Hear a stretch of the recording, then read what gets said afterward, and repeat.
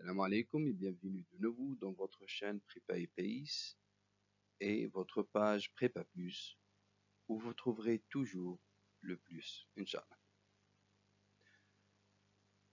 Aujourd'hui, on commence le premier épisode sur la correction et un rapport général sur le sujet de concours de la section MP. Précisément, c'est le sujet de Math 1. Et ça, c'est pour la session 2024. Alors, le sujet de cette année est composé de 5 parties, dont la 5e est indépendante des 4 premiers, comme il a indiqué. Il calcule l'intégrale de Gauss dans la première partie en utilisant une méthode basée sur les intégrales de paramètres. La deuxième partie traite un peu la transformée de Laplace de la fonction J sigma définie dans ce sujet. Puis, il s'intéresse à étudier quelques propriétés de l'opérateur T sigma dans la partie 3. Dans la 4e partie, on étudie la transformée de Fourier de la fonction J sigma pour déduire des formules sur cette application. Et finalement, dans la 5e partie, on fait un peu de probabilité pour trouver un contrôle plus fin pour que celui plutôt de l'inégalité de Biennami Tchebechev. Et évidemment, ça c'est pour contrôler les variables aléatoires autour de son espérance. Bon, préparez bien vos essais sur ce sujet-là avant de suivre la correction pour bénéficier bien sûr de ce rapport-là. Si vous avez aussi des interrogations quelque part, vous pouvez les préparer et si vous voulez aussi le mettre dans les commentaires de la vidéo. La partie 1, c'est parti.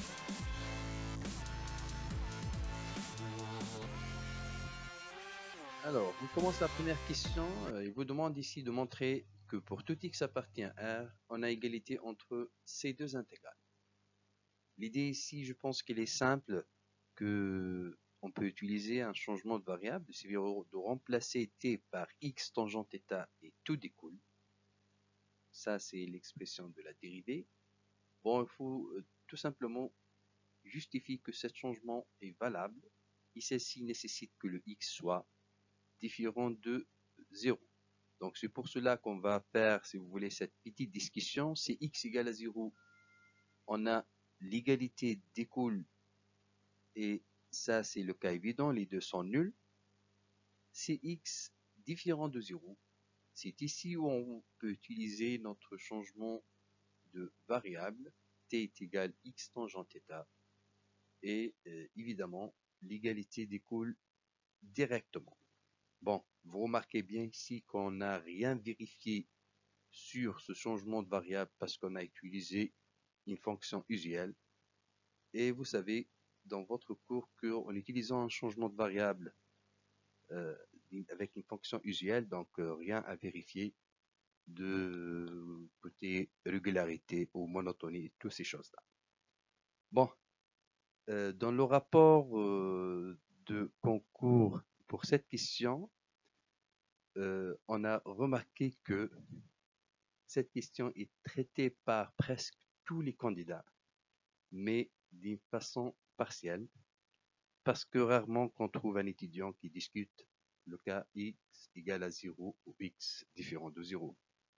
Donc c'est pour cela que dans les recommandations pour les futurs candidats, on peut dire la chose suivante.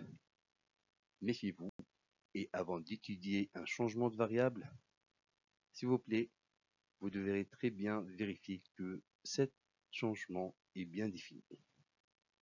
Bon, c'est bon pour cette question.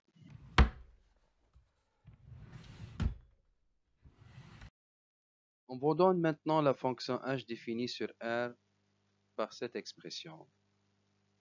Et la question 2, c'est de prouver que la limite en plus l'infini de h égale à 0. Bon, ici, il faut tout d'abord bien voir que cette intégrale, c'est une intégration sur un segment. Le cos carré θ ne s'annule jamais sur le segment 0 pi sur 4. Et aussi que la limite lorsque x tend vers plus l'infini de cette exponentielle-là est toujours nulle pour tout état varie dans ce segment. C'est-à-dire, il nous suffit de faire une permutation entre limite et intégrale pour trouver notre limite de cette fonction. Et ici, c'est naturellement l'utilisation de théorème de convergence dominée pour les familles de fonctions. Bon, ici, pour appliquer ce théorème, il faut tout d'abord trouver la domination adéquate. Et ça, c'est clair, vu que pour tout x appartient R et θ dans 0 pi sur 4, clair que l'exponentielle en module est plus petit que 1, déjà, il est positif. Et c'est un exponentiel des quantités négatives, donc il est plus petit que 1. Et ce 1-là, c'est une bonne fonction dominante pour le TCD, vu que ça va sur le segment 0 pi sur 4, il est très bien continu, positif et intégrable. Et on a aussi toutes ces limites sont nulles, donc bien sûr la limite lorsque x tend vers l'infini de ça c'est nul pour tout état appartient à 0 pi sur 4. Ça c'est évident, c'est un exponentiel de moins l'infini. Alors, d'après notre théorème de passage à la limite sous l'intégrale, ou le TCD pour les familles de fonctions, on trouve bien que la limite de notre application h est bien égale à 0. Bon, c'est bien. Passons maintenant, comme d'habitude, pour voir des extraits de rapports sur ce sujet pour cette deuxième question. Cette question est rarement qu'on le trouve traité correctement. Ça, c'est bien sûr dans le déroulement de concours. Bon, malgré que ce n'est pas une question très délicate, mais ça, c'est la réalité. Deuxième remarque, c'est que fréquemment, qu'on trouve un candidat qui dit que la fonction dominante proposée dans le TCD, elle est intégrable, sans préciser sur quel intervalle. Donc, les gens, ils disent que la fonction qu'elle le propose, je ne sais pas, est intégrable. C'est tout. Bien sûr, ça n'a pas de sens. Il faut dire, bien sûr, sur quel intervalle pour bien appliquer le TCD. Aussi, on trouve que pas mal de candidats se permettent de permuter l'intégrale et la limite sans aucune justification. Et aussi, ça n'a pas de sens, bien sûr, parce que vous savez que toute permutation entre limite et intégrale, ça doit être bien justifié. Bien sûr, sinon, ça n'a pas de sens de faire cette permutation. Bon, on a aussi quelques recommandations pour les futurs candidats autour de cette question-là. C'est que, méfiez-vous bien sûr, dire qu'une telle fonction elle est intégrable sans préciser sur quel domaine, ça n'a pas de sens. Donc, il faut très bien, lorsque tu dis le mot, ou tu écris le mot intégrable, il faut évidemment dire sur quel domaine tu parles de cette intégrabilité. Bon, c'est bien pour cette deuxième question.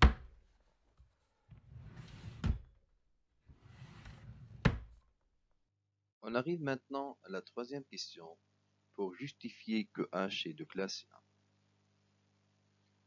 Rappelons tout d'abord l'expression de notre h. Donc h, c'est l'application qui a x associe l'intégrale entre 0 pi sur 4, exponentielle moins x carré sur cos carré θ dθ, et ça c'est pour x appartient à 1. Bon, finalement, c'est une fonction qui est un intégral dépendant d'un paramètre. Pour justifier qu'il est de classe 1, vous avez un théorème à appliquer tout simplement.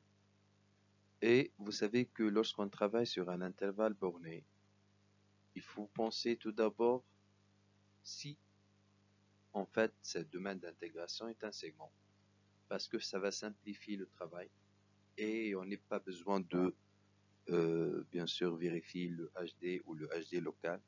C'est bon. C'est qui est le cas ici parce que vous remarquez très bien ici que lorsque θ varie dans le segment 0 pi sur 4, le cos carré θ ne s'annule jamais, c'est bon, donc vous n'avez pas des problèmes en quelque part. Et c'est une intégration, c'est un segment. Et évidemment, bon, pour celle-ci, il suffit de dire que l'application qui a xθ associe exponentielle moins x carré sur cos carré θ est de classe 1 sur R croix 0 pi sur 4.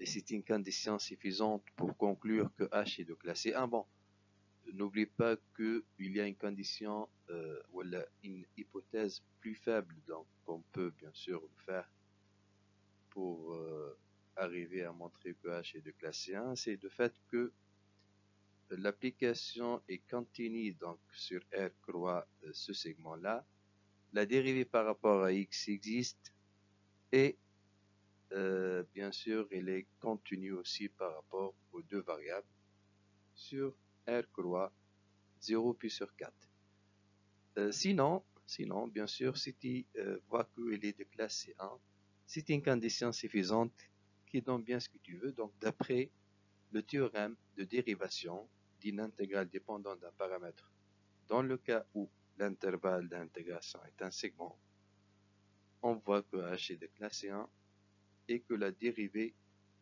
par rapport à x de h est égale l'intégrale de la dérivée par rapport à x de phi 1, qui donne bien l'expression demandée. Bon, comme j'ai dit, c'est une simple question d'application de théorème de cours, donc, mais c'est un peu choquant de dire que, vous allez voir dans le rapport, que la question est faiblement traitée d'une façon rigoureuse par les candidats. Et je vous conseille ici de ne pas rater les questions entre guillemets de cours dans le sens où tu appliques un théorème de cours. Donc ici, essayez de ne pas rater ce type de questions parce que c'est une application d'un théorème et vous devrez savoir bien sûr vos théorèmes et appliquer directement. Donc en général, c'est une source de notes, donc à ne pas rater. De façon générale, méfiez-vous de ça. Bon, une deuxième remarque que très peu des candidats qui ont remarqué que le domaine d'intégration est un segment et appliquent le théorème associé, c'est-à-dire que les gens cherchent à vérifier l'histoire de HD et HD local, alors que l'idée est plus simple que ça, c'est une question de intégrale à paramètres sur un segment, donc il suffit de parler de classe 1 et c'est tout. Aussi, fréquemment, qu'on trouve un candidat écrit sur la fonction dominante, qu'elle est intégrable sans préciser sur quel domaine. Et ça, c'est presque la même remarque qu'on a fait pour la question précédente. Donc ici, l'histoire de dire qu'elle est intégrable et c'est tout, bon, ça n'a pas de sens comme on a dit. Donc on vous conseille très bien de toujours, lorsqu'il est écrit le mot intégrable, tu ajoutes bien sûr sur quel domaine pour donner sens à ce qui est écrit. C'est bien, donc ça c'est tout ce qu'on a pour cette question. On passe au suivant. Pour la quatrième question, il vous demande de montrer que pour tout x appartient à h' de x est égal à moins 2 exponentielle moins x carré fois l'intégrale entre 0x de exponentielle moins t2 dt. Bon, rappelons tout d'abord l'expression qu'on a trouvée pour le h. Donc ça, c'est le h' plutôt, c'est moins 2x l'intégrale entre 0 pi sur 4 de cette expression-là. Bon, quelle est la relation entre cette intégrale entre 0 pi sur 4 et l'intégrale entre 0 et x ici? Peut-être cela nous fait appel à ce qu'on a démontré dans la question in, donc lorsqu'on a démontré que l'intégrale entre 0x de exponentielle moins t2 est égale à cette intégrale fois x. Bon, ici vous avez 1 sur cos carré, bon, il suffit de l'exprimer en fonction de tangente, on sait bien que 1 sur cos carré est égal à 1 plus tangente carré, et je pense que c'est bon, le résultat découle directement, donc ici, prenons un x qui appartient à R, h' de x est égal à cette expression, et comme on a dit, on le remplace, ce 1 sur cos carré par 1 plus tangente carré, donc ça nous donne directement le résultat. D'après la première question, c'est bon, vous remarquez très bien que la question n'est pas délicate, et effectivement dans le rapport, on va dire que cette question est traitée par la plupart, c'est bon, en gros, presque la majorité, bien sûr, des candidats ont fait bien cette question sans problème. D'accord? Et bon, il faut dire aussi que parfois on trouve des candidats refaire le changement de variable déjà fait dans la question in pour conclure l'expression de h' qui est inutile.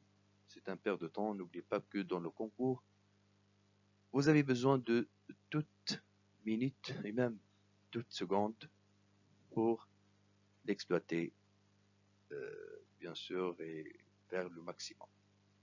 Bon, c'est très bien pour cette question. On passe à la question 5.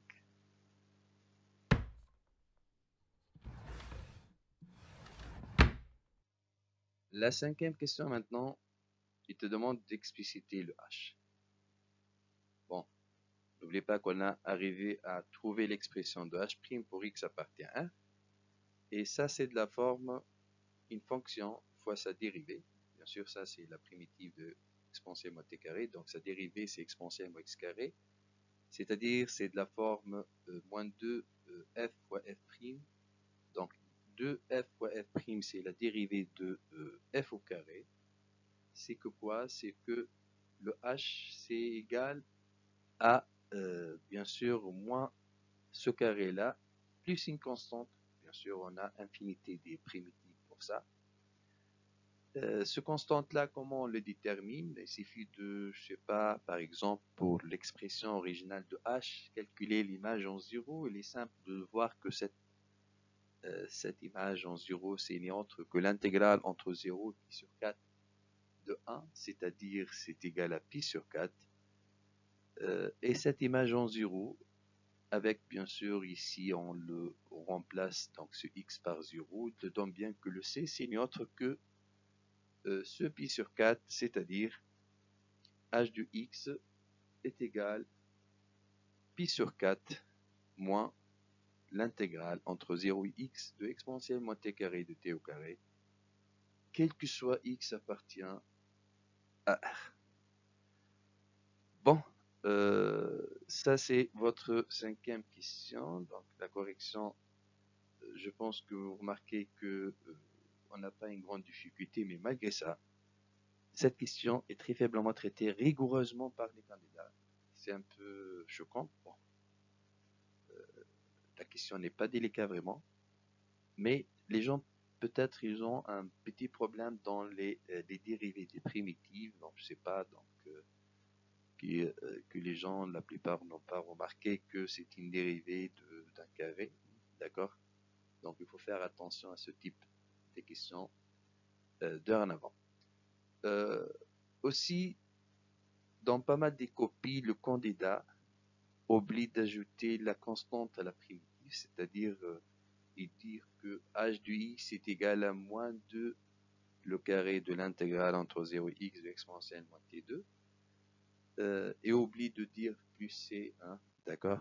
Et bien sûr, ceci ne le permet pas de trouver la vraie expression de h. Donc n'oublie pas, bien sûr, toujours, lorsque tu passes d'une dérivée à la primitive, d'ajouter votre constante et de chercher cette constante, évidemment, pour trouver l'expression.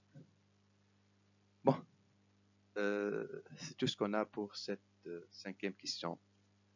On passe maintenant pour la dernière question, question 6.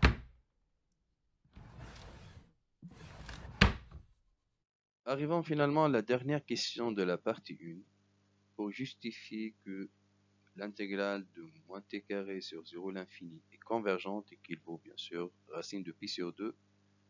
Et c'est ça le but de cette partie-là, c'est de calculer cette intégrale de Gauss à l'aide des intégrales à paramètres. Bon, ici, bien sûr, cette justification et cette valeur de cette intégrale, c'est en relation avec ce qu'on a trouvé pour le h. Donc h du x, on a montré que c'est égal à pi sur 4 moins cette intégrale au carré.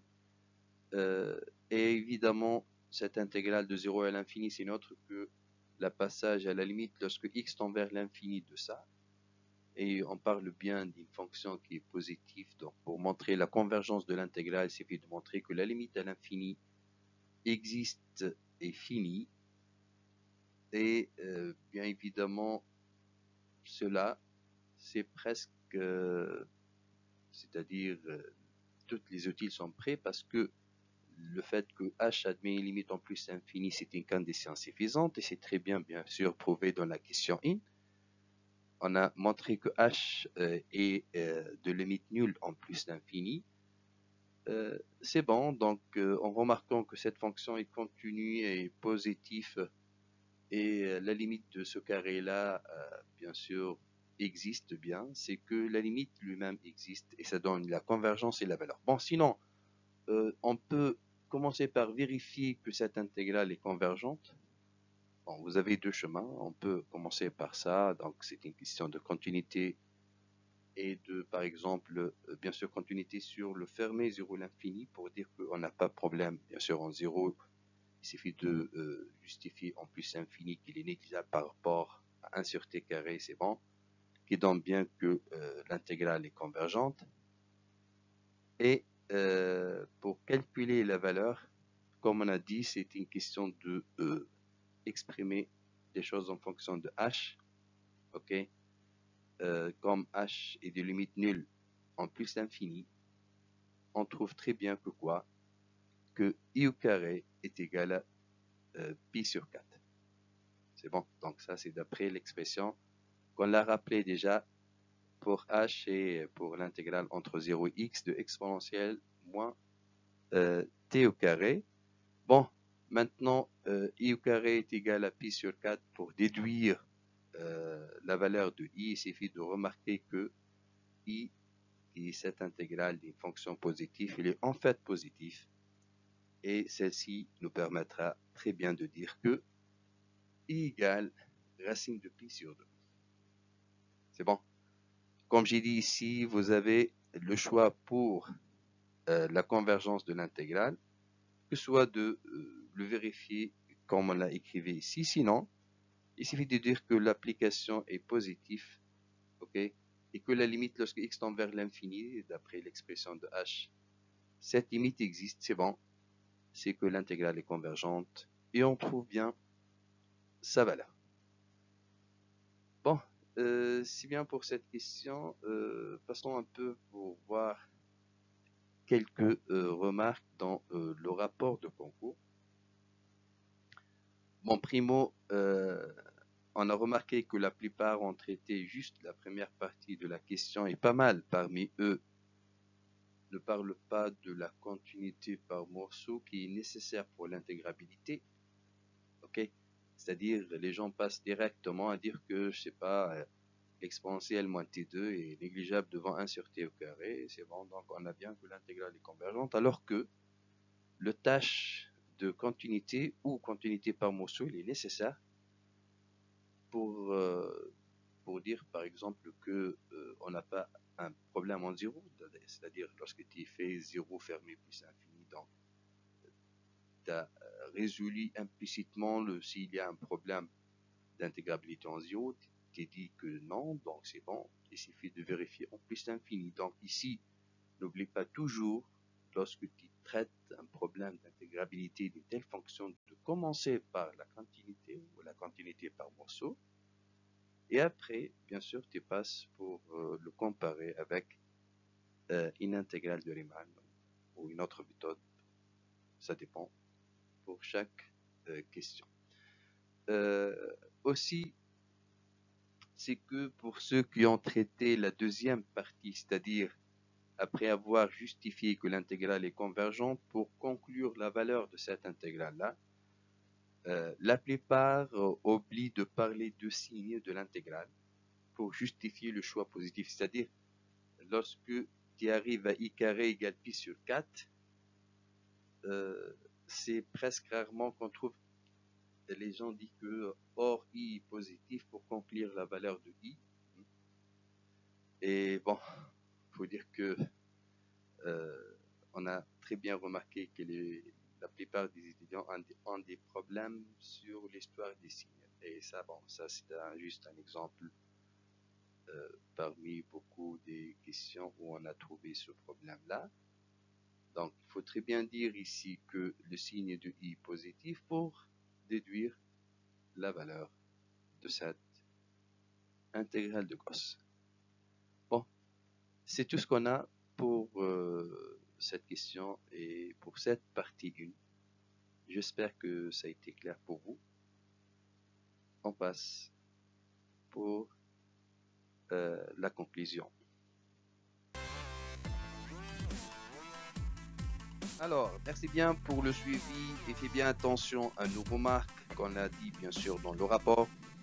Le voilà maintenant la deuxième partie qu'on va le traiter, Inch'Allah, pour la prochaine vidéo. Préparez bien vos essais dès maintenant. Merci de nous donner votre impression sur la vidéo et de laisser un commentaire, question. La chaîne de Prépa Plus est toujours avec vous pour éclairer ton chemin. Au revoir. Salam.